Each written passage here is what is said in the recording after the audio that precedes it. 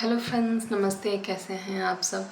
तो आज मैं एक नई कहानी के साथ आप सबका स्वागत करती हूँ। मैं आशा करती हूँ कि आप सबको ये कहानी बहुत पसंद आएगी। और ये है मुंशी प्रेमचंद्र की कहानी ईदगाह। ईदगाह एक ऐसे बच्चे की है जो 5 साल का है और उसकी दयनीय दशा बहुत ही ख़राब है।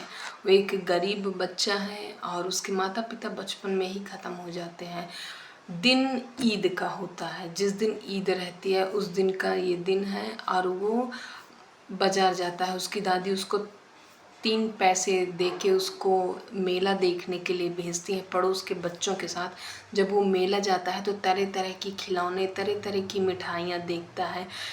वो सब उसके दोस्त खाते हैं तो वो दूर खड़ा होकर देखता है ललचाई हुई आँखों से, पर वो ले नहीं सकता क्योंकि मिठाइयाँ लेगा तो उसके पैसे ख़त्म हो जाएंगे।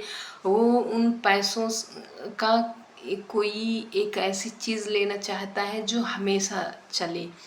और जब वो दुकान मेला घूमता है तो उसको एक लोहे की दुकान मिलती है, उसमें से वो चिमटा लेता है। चिमटा इसलिए लेता है क्योंकि जब उसकी दादी रोटियां बनाती हैं तो उसमें से उसके हाथ जल जाते हैं, क्योंकि उसकी दादी के पास चिमटा नहीं होता है। तो वही चिमटा लेके जब घर जाता है तो उसकी दादी को बहुत तकलीफ़ होती है। वो बोलती हैं कि बेटा, तुमने ना खिलौने लिए, ना मिठाइयाँ ली, ना अपने लिए कुछ भी अच्छी चीज़ ली, तुम एक लोहे का चिमटा लेके आए। बच्चे ने बहुत ही सरल भाव से बोला कि दादी, आपके पास चिमटा नहीं है, जब आप रोटियां बनाती हैं तो इससे आपका हाथ जल जाता है।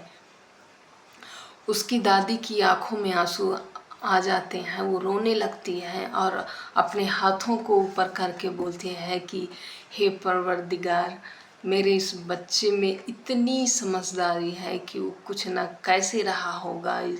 ये है, बहुत दुआएं उसको देती हैं। और हमीद यही सोच भी रहा था कि जब मैं ये चिमटा लेके जाऊंगा तो मेरी दादी बहुत दुआएं देंगी, खुदा खुश होगा मेरा। और ऐसा ही हुआ। उसकी दादी बहुत ईश्वर से कहती हैं कि मेरे लड़के को हमेशा उन्नति दे।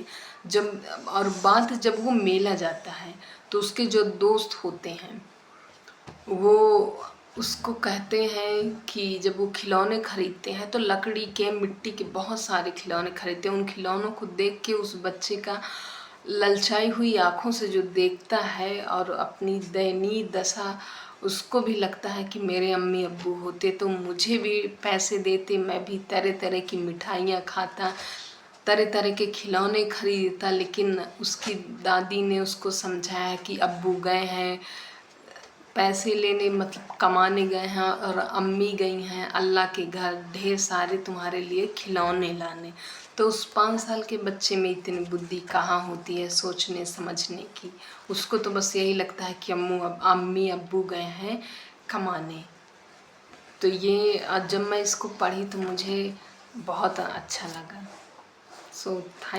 मैं आशा करती हूँ कि आप सबको ये कहानी बहुत पसंद आई होगी।